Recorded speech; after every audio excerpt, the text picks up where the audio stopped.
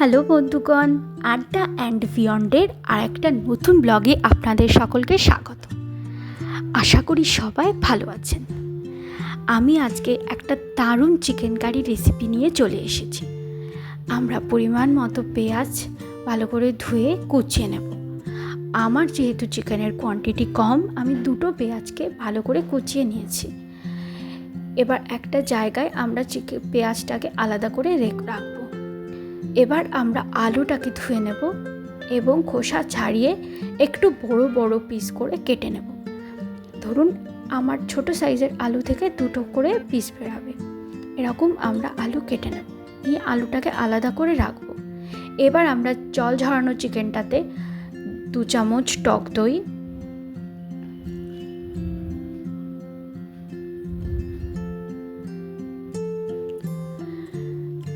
1 চামচ আদা বাটা, অবশ্যই এটা আপনার কোয়ান্টিটির ওপর ডিপেন্ড করবে। যদি বেশি কোয়ান্টিটি, আমার এখানে 1/2 কিলো মতো চিকেন আছে, তো আমি 1 চা চামচ নিয়েছি, কারণ 1 কিলো থাকলে সব কিছু 2 চা চামচ করে হবে। তারপর আমি 1 চামচ রসুন বাটা, 1 চামচ টমেটো পিউরি, পরিমাণ মতো ধনে গুঁড়ো, পরিমাণ মতো হলুদ গুঁড়ো এবং পরিমাণ মতো শুকনো লঙ্কার গুঁড়ো আমরা নিয়ে নেব। আমার যেহেতু 1/2 কিলো চিকেন, আমি সব কিছুই 1 চা চামচ করে নিয়েছি। পরিমাণ মতো নুন,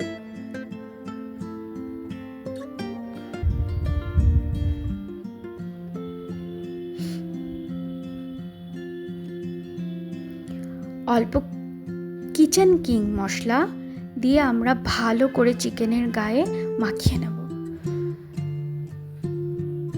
ভালো করে চিকেনের গায়ে মশলাটা মাখানো হয়ে গেলে আমি একটা ফয়েল পেপার মুড়িয়ে 1 ঘন্টার জন্য রেস্টে রেখে দেব। এবার আমরা গ্যাস ওভেনের ওপর একটা কড়া নেব এবং সেটাতে সর্ষের তেল পরিমাণ মতো নেব। তেলটা যখন গরম হয়ে যাবে, আমরা তখন অল্প গোটা গরম মশলা যেমন দারচিনি, এলাচ আর অল্প পরিমাণ জয়িত্রী ফোড়নে দিয়ে দেব। এবার যখন ফোড়ন থেকে গন্ধ ছেড়ে যাবে, তো আমরা কোচানো পেঁয়াজটা দিয়ে দেব। কোচানো পেঁয়াজটা এমনভাবে ভাজতে হবে যেন পুড়ে না যায়, আবার কালারটা পেঁয়াজ থেকে চেঞ্জ হয়ে যায়। তখন আমরা মিডিয়াম ফ্লেমে পেঁয়াজটাকে ভেজে নেব। আমাদের পেঁয়াজটা ভাজা হয়ে গেলে ম্যারিনেট করা চিকেনটা আমরা দিয়ে দেব।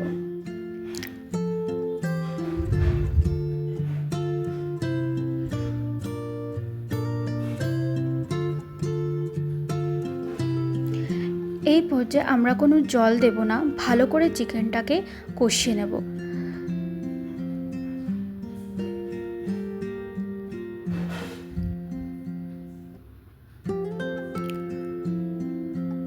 অল্প পরিমাণ আমাদের মশলা ধোয়া জলটা আমরা একদমই অল্প চিকেনে দিয়ে দেব, যাতে আমাদের কোনো মশলা ওয়েস্ট না হয়।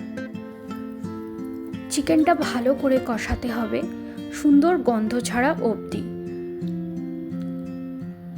এবার আমরা হাফটা পরিমাণ টমেটো কোচানো এখানে দেব।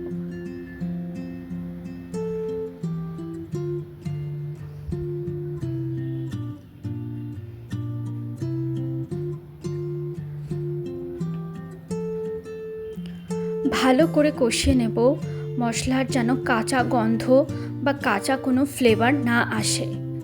চিকেন যত ভালো কষানো হবে তত ভালো চিকেনের ফ্লেভার হবে। আমরা মোটামুটি 15 থেকে 20 মিনিট মতো চিকেনটাকে কষিয়ে নিয়ে এবার আলুগুলো দিয়ে দেব।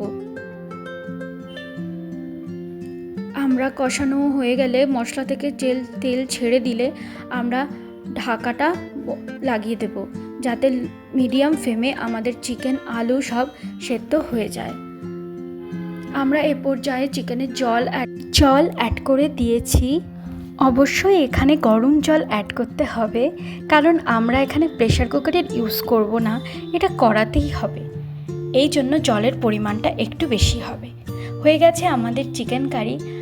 আমরা নামানোর আগে ধনেপাতা ও গরম মশলা ইউজ করেছি। দেখতেই পাচ্ছেন আমাদের চিকেন কারির কালারটা কি এসেছে। তো রেডি হয়ে গেল আমাদের মজাদার chicken curry recipe. Please like, share and subscribe.